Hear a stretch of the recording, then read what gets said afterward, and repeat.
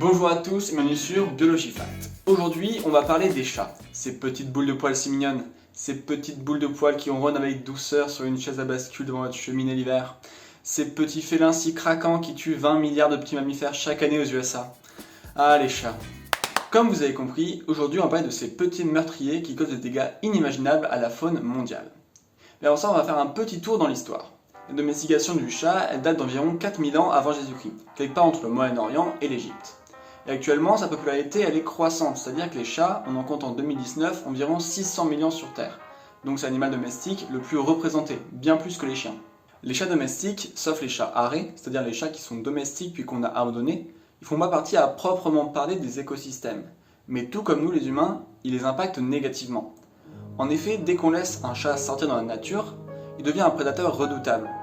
Et sur les 13,5 millions de chats en France, il y en a environ 68% qui ont accès à l'extérieur. Donc ça veut dire que chaque jour, il y a 9 millions de prédateurs redoutables qui se baladent et qui chassent pour le plaisir. Mais en quoi laisser des prédateurs dans la nature a un impact négatif? Il y en a dans tous les écosystèmes des prédateurs, non? Attends, on en arrive au problème. Un chat, même bien nourri par ses propriétaires, va continuer de chasser par instinct et tuer dans la foulée. Il va s'en prendre aux rongeurs, aux papillons, aux oiseaux, aux batraciens, aux reptiles.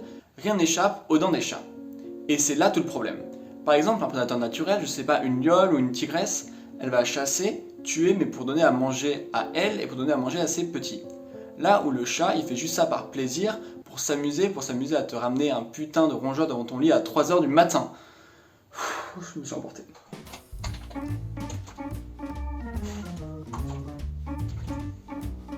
Et oui, cette situation est un problème d'envergure.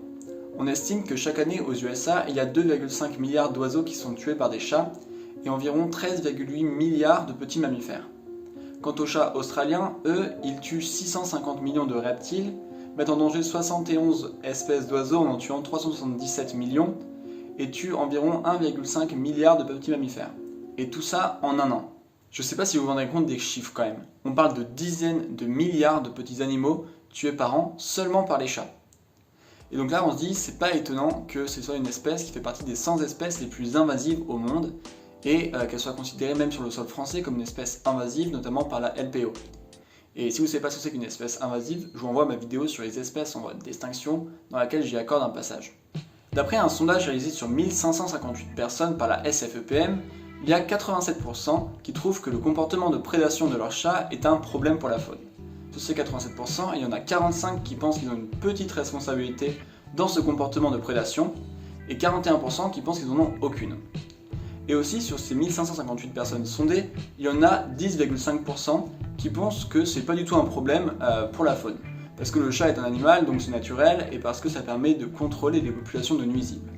Déjà, moi, le concept de nuisible, j'ai un peu du mal. Si vous voulez, on en parlera dans une prochaine vidéo. Dans tous les cas, il y a des solutions. Surtout si on ne veut pas en arriver à faire comme les Australiens, à vouloir tuer 2 millions de chats en 2020 parce que la situation a dégénéré et que c'est dramatique. Je pense qu'on peut trouver des compromis. Et même à mon goût, il est moral de limiter le comportement de prédation abusive de son chat parce que c'est son propre animal de compagnie, donc on doit s'en occuper. Et surtout, c'est des petites astuces qui coûtent rien du tout, quoi.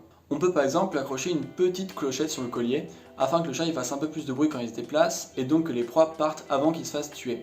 Cette technique-là, elle marche vraiment bien. Aux États-Unis, en gros, ils ont fait une étude et ça montre que sur un mois, ça diminue de moitié les prises du chat. Donc c'est vraiment efficace. On peut aussi stériliser son chat. Donc en fait, ça va permettre à qu'il ne se reproduise pas de manière exponentielle et non contrôlée. Et en plus, ça fait qu'il va aller moins loin autour de la maison parce qu'il ne va pas aller se balader pour trouver des partenaires. Et donc, vu qu'il va aller moins loin, théoriquement, il va trouver moins de petites proies qu'il pourra tuer. Et enfin, on peut appliquer plusieurs gestes au quotidien, comme par exemple ne pas nourrir des oiseaux dans son jardin avec des petites boules de graisse si on a un chat, ça semble logique. Et par exemple aussi ne pas faire sortir son chat le soir, la nuit, parce que c'est à ce moment-là que sa prédation va être la plus importante. Donc on le fait sortir la journée, et le soir, on le met à la maison. Aussi, on peut éviter de le faire sortir après la pluie, parce que c'est à ce moment-là que les oiseaux, ils sont les plus vulnérables.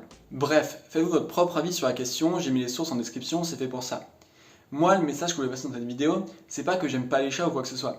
C'est juste que je pense les chats, il faut arriver à limiter leur prédation avec des petits gestes simples, comme j'ai expliqué juste avant, afin qu'ils aient pas un impact trop considérable sur la faune. Que ce soit aux US, que ce soit en France, que ce soit en Australie, que ce soit partout dans le monde. Et aussi, je voulais finir sur des choses qui sont hyper importantes, c'est le fait que si on a un chat, on s'en occupe bien, on ne l'abandonne pas, et si on en veut un, on essaie plus de favoriser tout ce qui est SPA, tout ce qui est refuge, c'est hyper important. Voilà, la vidéo est finie, donc je vous remercie d'avoir regardé jusqu'à maintenant. Si vous avez bien aimé le contenu, vous pouvez vous abonner, partager, laisser un like, parler en commentaire. Et puis on se dit à la prochaine fois pour une nouvelle vidéo. Bye bye!